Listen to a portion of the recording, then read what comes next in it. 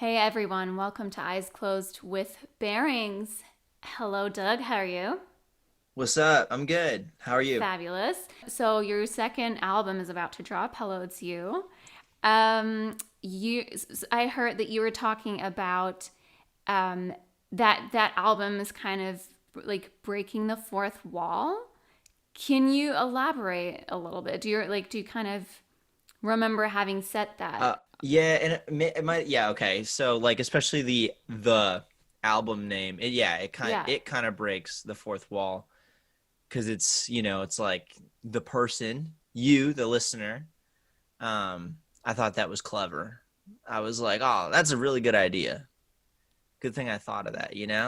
I was like, that's sick. It was a brilliant idea, but yeah, I don't know. It's kind of the usual. Like, there's some witty, different kind of lyrics and stuff that kind of do focus a little bit of attention to the listener. But yeah, it happens here and there. Right.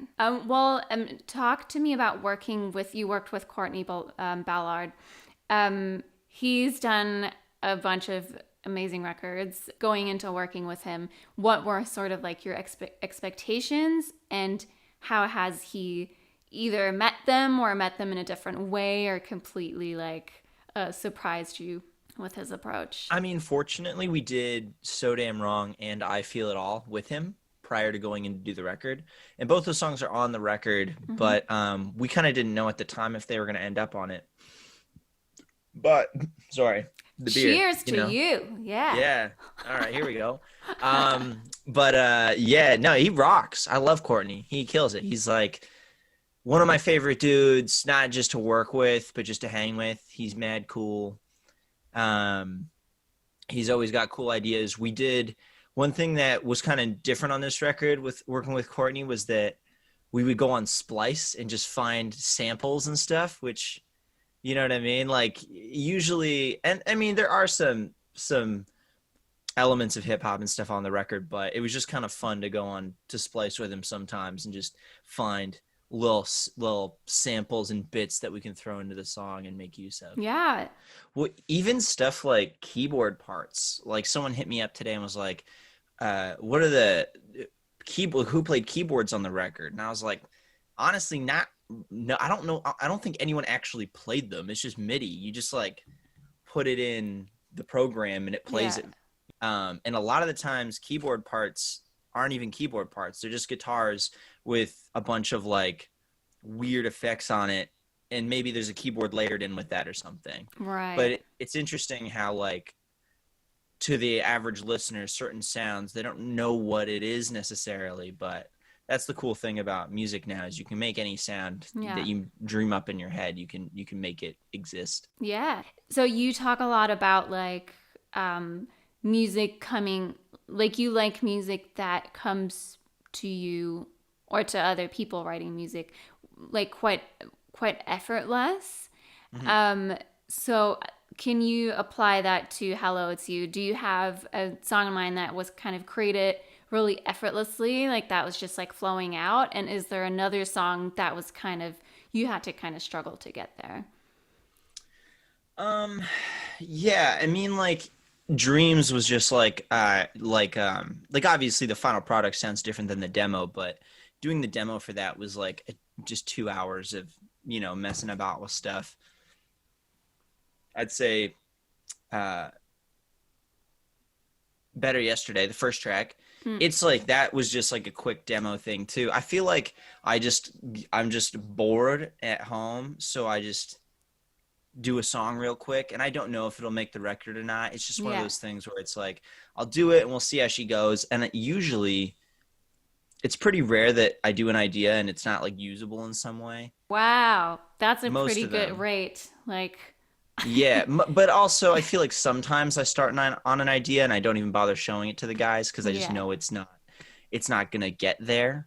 And Hmm. then there's other times like with songs like Lovely Lovely where that was just like a voice memo I did just acoustic and like singing.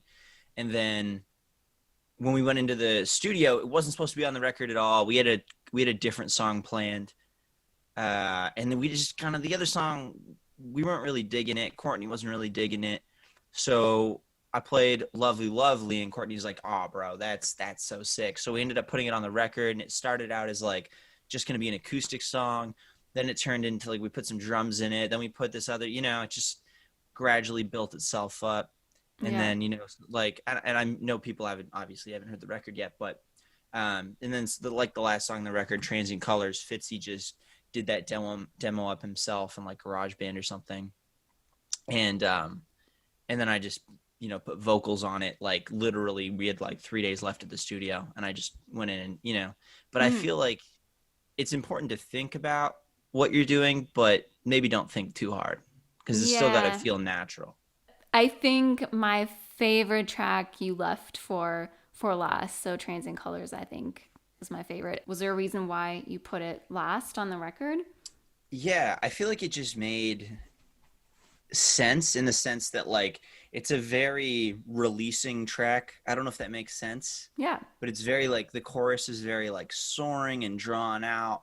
It just kind of feels like a closer, Mm-hmm. especially with the way it ends. It has that kind of like that 808 drop.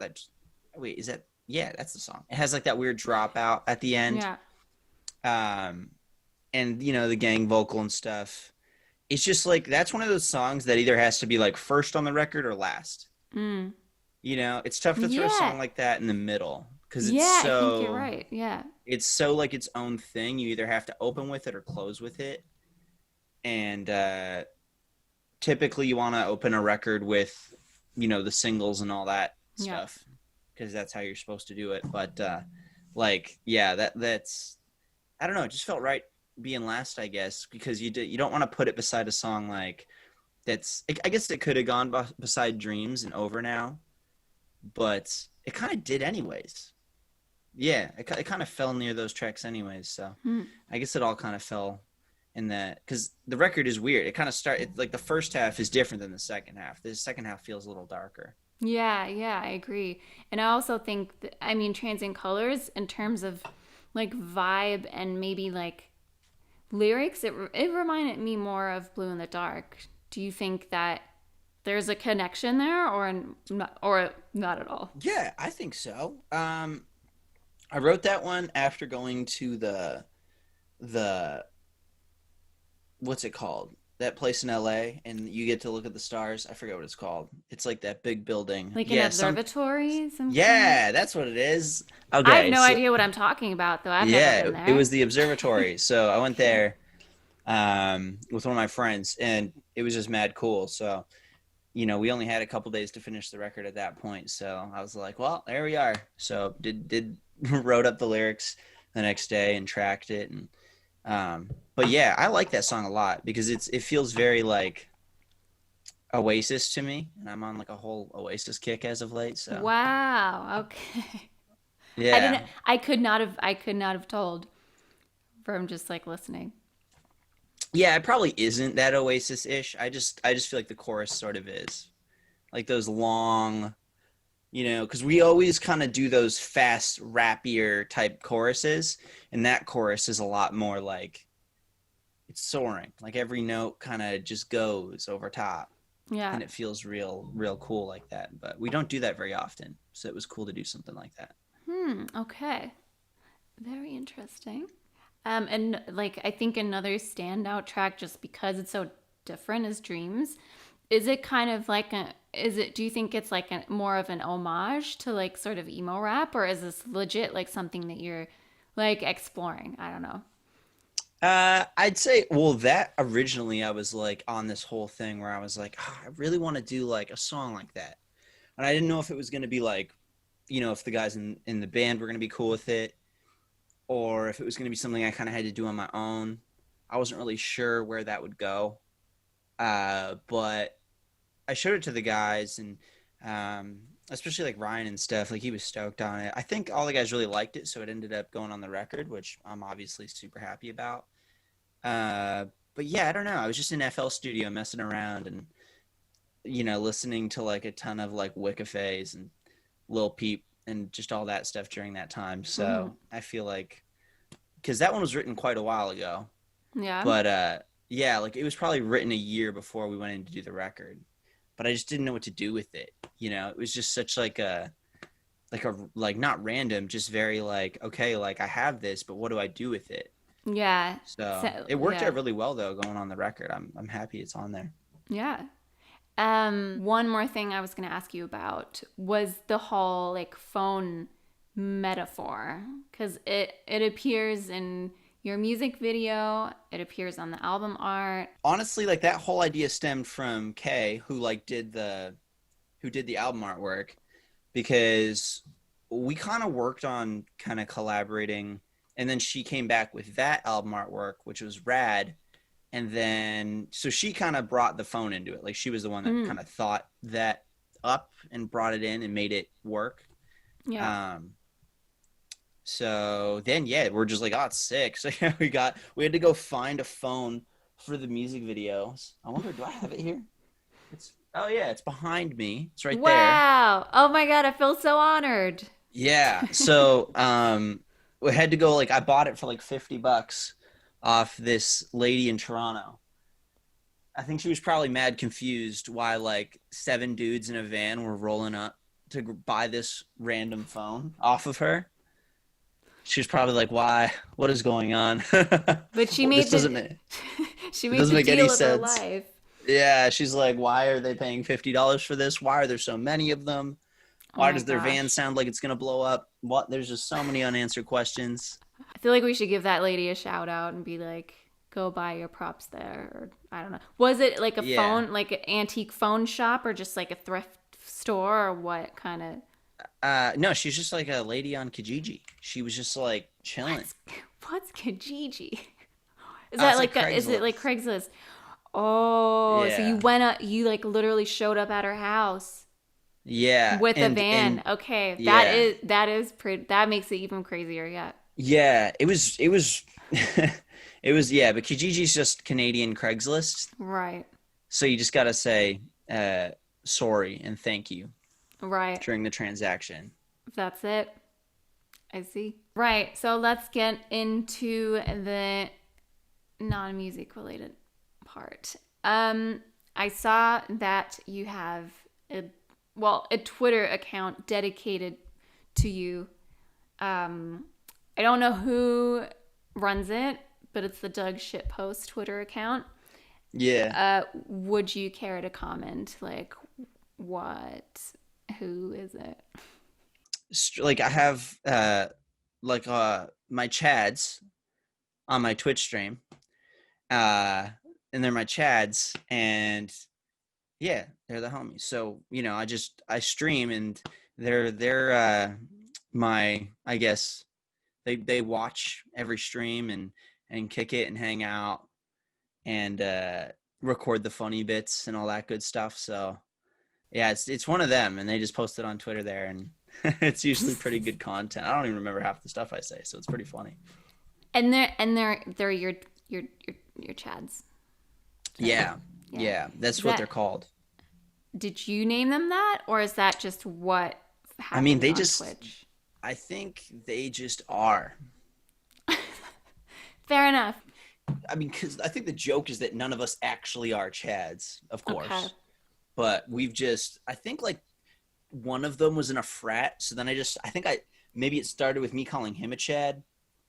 And then I don't remember exactly how it all went down. But then I started wearing bandanas. And then everyone was saying I looked like I was like getting ready for a beer pong tournament or something. It was like, I don't know how the progression of the Chad happened. I just know that now they're the Chads. I The don't know how it got progression there of the though. Chad. Yeah. Um, that leads me to another question. I mean, is the bandana here to stay? Um, yeah, I think in the summer it'll be back. Right. It's winter now, or it's fall here. So I got the toque on because it's getting a little chilly, but um, yeah, I think I'll whip it out here and there. Break it out It for is, festival season. yeah, exactly. It's definitely like a nice summer day. You get the Ray-Ban sunglasses on. You know, Very bougie, but yeah, yeah, exactly. I It's like can't you just afford gotta those own it. You just gotta own it. for sure. Full camp counselor. Is that what they do? Yeah, camp counselors wear like they'll like wear the bandana and then they'll just like have their sunglasses on and they just hang out. Right, right, and overlook their territory, Yeah, I all the guess. kids and then the kids like fight each other. They don't care. They're like, they're just a camp counselor. It's just a summer They're job. they're chilling They're just mossing. in like a folding in a folding chair. Yeah, Um, exactly. right.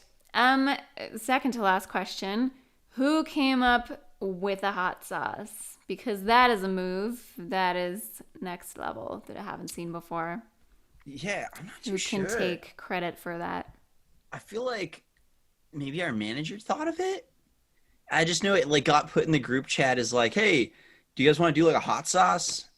And we're like, do we get some for free? And he's, it was like, yeah. And we're like, all right. So, That's pretty yeah, funny. we Yeah. wanted to do coffee as well, but we're still it didn't really pan out. I think hot sauce makes more sense. You think not like a nice like Bearings roast? Yeah, exactly. I mean, we all did work at Starbucks well, me, Ryan, and Colin all worked at Starbucks for a while. I think they're back there now, but um, yeah, we're all big coffee dudes. Every day on tour, we're like snobby about it too. Like we can't Are just do you? McDonald's. We need to go Ah, somewhere like good. yeah. Okay.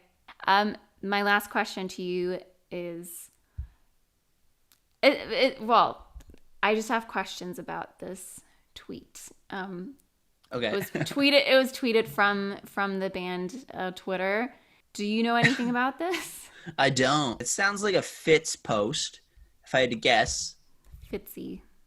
sounds like a Um, Fitzy post. Let me click this here. maybe you can try to like analyze this or like pick apart like Wow. what why. What what is this? I don't even know what I this don't is. know, This is man. It's like chaos. it is chaos. Is that the vibe we should be getting from Hello to or I mean, yeah, I kind of get that. I see how it goes there. yeah? I see. Can you some pointers like what exactly about it? I feel like you get the first half of the record here on the right side. That's SpongeBob's house. It's good vibes. We're chilling. And then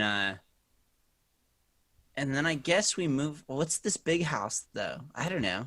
It looks like a prison but also not. I don't know. It Like a just looks like prison a cabin big in the house. woods. I feel like I need to know what it's from I, d- I to don't know. know. It just It's says it just says like in the comments like, "Oh, like how so?" And the response is you'll see. yeah, I don't even know. Okay. I All like that right. there's a John Mulaney meme in here. Now we don't have time to unpack all that. Yeah, we don't. That's crazy. So, one of your bandmates owes us an explanation. Maybe you Yeah, can give them that's a little Fitz poke and be like, 100%. okay. That is All 100% right. Fitzy. Okay, well, if there's anything else you want to plug, now's your moment. If not, I'm going to just be like, yo, everyone, get streaming and downloading. Yeah. Hello, it's you. Yeah, Yeah. I don't have much to plug other than come watch my Twitch stream, twitch.tv/High Minute Band. Colin does one too. His is good.